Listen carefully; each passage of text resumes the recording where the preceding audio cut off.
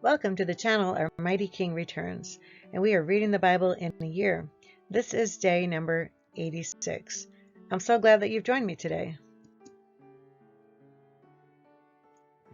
And I want to give a special welcome to my new subscribers. Thanks so much for coming on board. Today's reading includes 1 Samuel 18 to 20. I'm interested in knowing if this is your first time through the book of 1 Samuel. Did anything about this book really stand out to you? Leave a note in the comment section. Let's get started. Chapter 18. Now when he had finished speaking to Saul, the soul of Jonathan was knit to the soul of David, and Jonathan loved him as his own soul. Saul took him that day, and would not let him go home to his father's house any more. Then Jonathan and David made a covenant, because he loved him as his own soul. And Jonathan took off the robe that was on him, and gave it to David, with his armor, even to his sword and his bow and his belt. So David went out wherever Saul sent him, and behaved wisely. And Saul sent him over the men of war, and he was accepted in the sight of all the people, and also in the sight of Saul's servants. Now it happened, as they were coming home, when David was returning from the slaughter of the Philistine, that the women had come out of all the cities of Israel, singing and dancing, to meet King Saul, with tambourines, with joy, and with musical instruments. So the women sang as they danced, and said, Saul has slain his thousands, and David his 10,000s. Then Saul was very angry, and the saying displeased him, and he said, They have ascribed to David 10,000s, and to me they have ascribed only thousands. Now what more can he have but the kingdom? So Saul eyed David from that day forward. And it happened on the next day that the distressing spirit from God came upon Saul, and he prophesied inside the house. So David played music with his hand, as at other times, but there was a spear in Saul's hand. And Saul cast the spear, for he said, I will pin David to the wall. But David escaped his presence twice. Now Saul was afraid of David, because the Lord was with him, but had departed from Saul. Therefore Saul removed him from his presence, and made him his captain over 1,000. And he went out and came in before the people. And David behaved wisely in all his ways, and the Lord was with him. Therefore when Saul saw that he behaved very wisely, he was afraid of him. But all Israel and Judah loved David, because he went out and came in before them. David marries Michal. Then Saul said to David, Here is my older daughter, Merab. I will give her to you as a wife, only be valiant for me, and fight the Lord's battles. For Saul thought, Let my hand not be against him, but let the hand of the Philistines be against him. So David said to Saul, Who am I, and what is my life or my father's family in Israel, that I should be son-in-law to the king? But it happened at the time when Merab, Saul's daughter, should have been given to David, that she was given to Adriel the Meholathite as a wife. Now Michal, Saul's daughter, loved David. And they told Saul, and the thing pleased him. So Saul said, I will give her to him, that she may be a snare to him, and that the hand of the Philistines may be against him. Therefore Saul said to David a second time, You shall be my son-in-law today. And Saul commanded his servants, Communicate with David secretly, and say, Look, the king has delight in you, and all his servants love you. Now therefore become the king's son-in-law.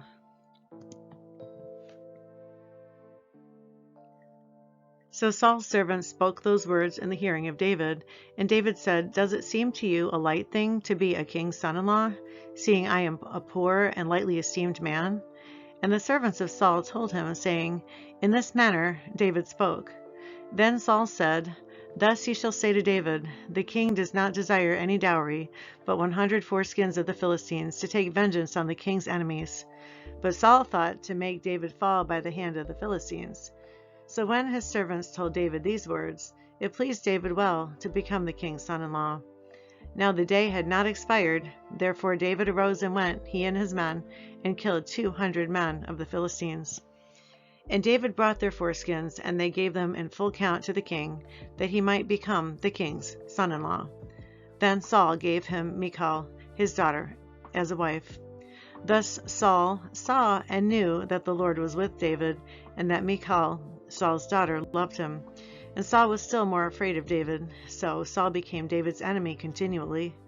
Then the princes of the Philistines went out to war, And so it was, whenever they went out, that David behaved more wisely than all the servants of Saul, so that his name became highly esteemed.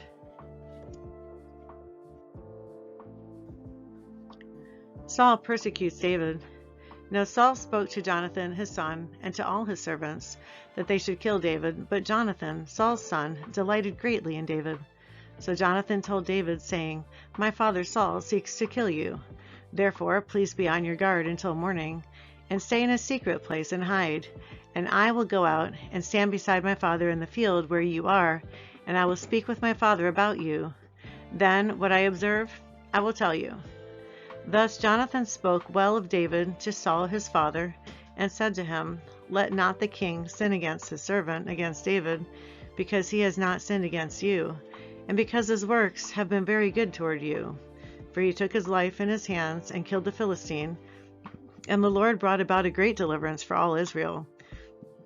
You saw it and rejoiced. Why then will you sin against innocent blood to kill David without a cause? So Saul heeded the voice of Jonathan, and Saul swore, As the Lord lives, he shall not be killed. Then Jonathan called David, and Jonathan told him all these things.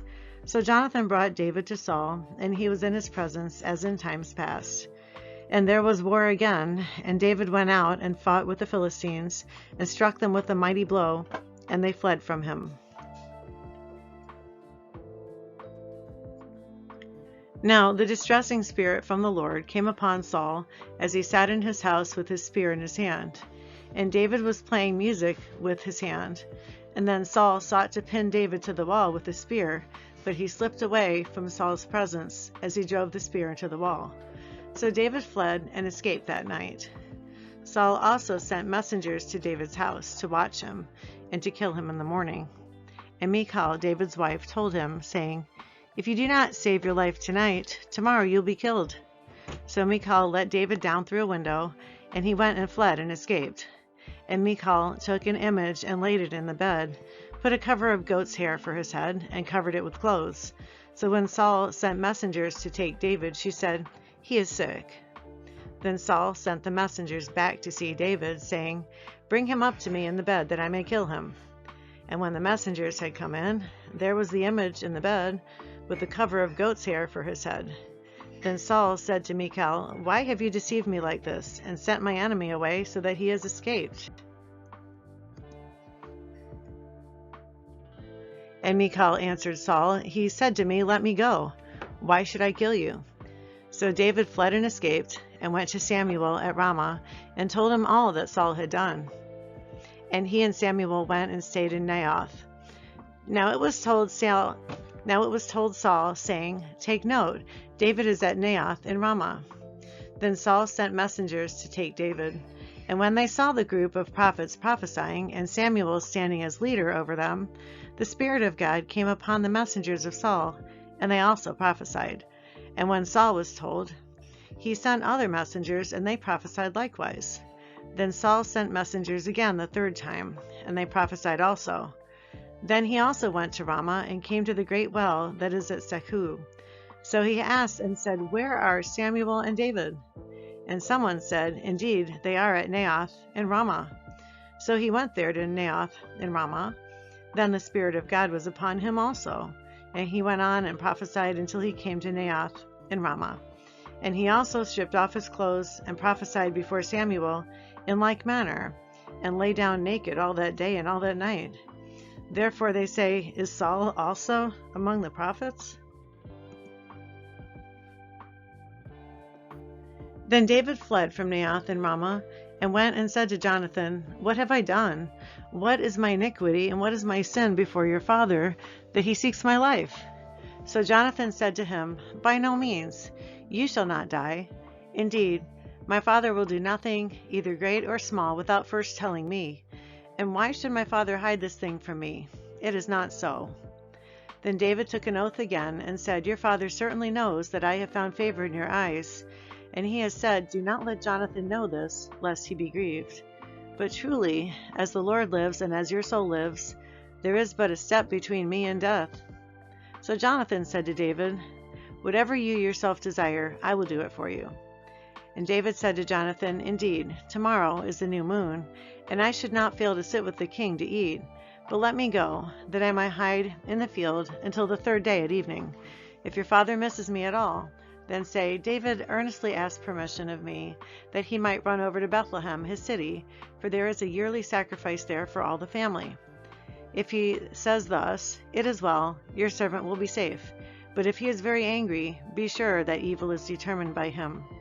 Therefore you shall deal kindly with your servant, for you have brought your servant into a covenant of the Lord with you. Nevertheless, if there is iniquity in me, kill me yourself, for why should you bring me to your father?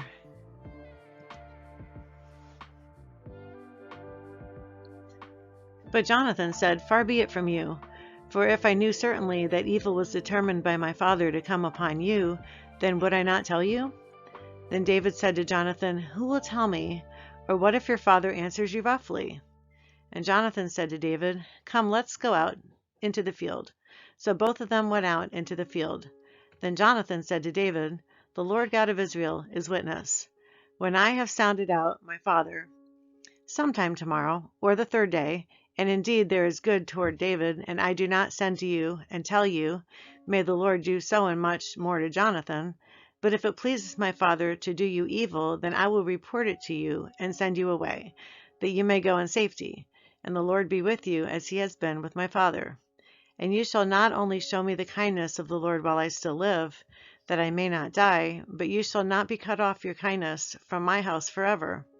No, not when the Lord has cut off every one of the enemies of David from the face of the earth. So Jonathan made a covenant with the house of David, saying, Let the Lord require it at the hand of David's enemies. Now Jonathan again caused David to vow, because he loved him, for he loved him as he loved his own soul. Then Jonathan said to David, Tomorrow is the new moon, and you will be missed, because your seat will be empty. And when you have stayed 3 days, go down quickly and come to the place where you hid on the day of the deed, and remain by the stone Ezel. Then I will shoot 3 arrows to the side, as though I shot at a target, and there I will send a lad, saying, Go, find the arrows. If I expressly say to the lad, Look, the arrows are on this side of you, get them and come. Then, as the Lord lives, there is safety for you and no harm. But if I say thus to the young man, Look, the arrows are beyond you, go your way, for the Lord has sent you away.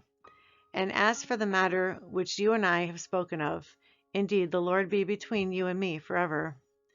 Then David hid in the field, and when the new moon had come, the king sat down to eat the feast. Now the king sat on his seat, as at other times, on a seat by the wall. And Jonathan arose, and Abner sat by Saul's side, but David's place was empty. Nevertheless, Saul did not say anything that day, for he thought, Something has happened to him, he is unclean, surely he is unclean. And it happened the next day, the second day of the month, that David's place was empty. And Saul said to Jonathan his son, Why has the son of Jesse not come to eat, either yesterday or today? So Jonathan answered Saul, David earnestly asked permission of me to go to Bethlehem. And he said, Please let me go, for our family has a sacrifice in the city, and my brother has commanded me to be there. And now, if I have found favor in your eyes, please let me get away and see my brothers. Therefore he has not come to the king's table. Then Saul's anger was aroused against Jonathan, and he said to him, You son of a perverse, rebellious woman, do I not know that you have chosen the son of Jesse to your own shame, and to the shame of your mother's nakedness? For as long as the son of Jesse lives on this earth, you shall not be established, nor your kingdom. Now therefore send and bring him to me, for he shall surely die. And Jonathan answered Saul his father, and said to him, Why should he be killed? What has he done? Then Saul cast a spear at him to kill him, by which Jonathan knew that it was determined by his father to kill David. So Jonathan arose from the table in fierce anger, and ate no food the second day of the month, for he was grieved for David, because his father had treated him shamefully. And so it was in the morning that Jonathan went out into the field at the time appointed with David, and a little lad was with him. Then he said to his lad, Now run, find the arrows which I shoot. As the lad ran, he shot an arrow beyond him. When the lad had come to the place where the arrow was which Jonathan had shot, Jonathan cried out after the lad and said, "Is not the arrow beyond you?" And Jonathan cried out after the lad, "Make haste, hurry, do not delay." So Jonathan's lad gathered up the arrows and came back to his master. But the lad did not know anything, only Jonathan and David knew of the matter. Then Jonathan gave his weapons to his lad and said to him, "Go carry them to the city." As soon as the lad had gone, David arose from a place toward the south, fell on his face to the ground, and bowed 3 times. And they kissed one another, and they wept together, but David more so. Then Jonathan said to David, "Go in peace, since we have both sworn in the name of the Lord, saying, 'May the Lord be between you and me, and between your descendants and my descendants forever.'" So he arose and departed, and Jonathan went into the city.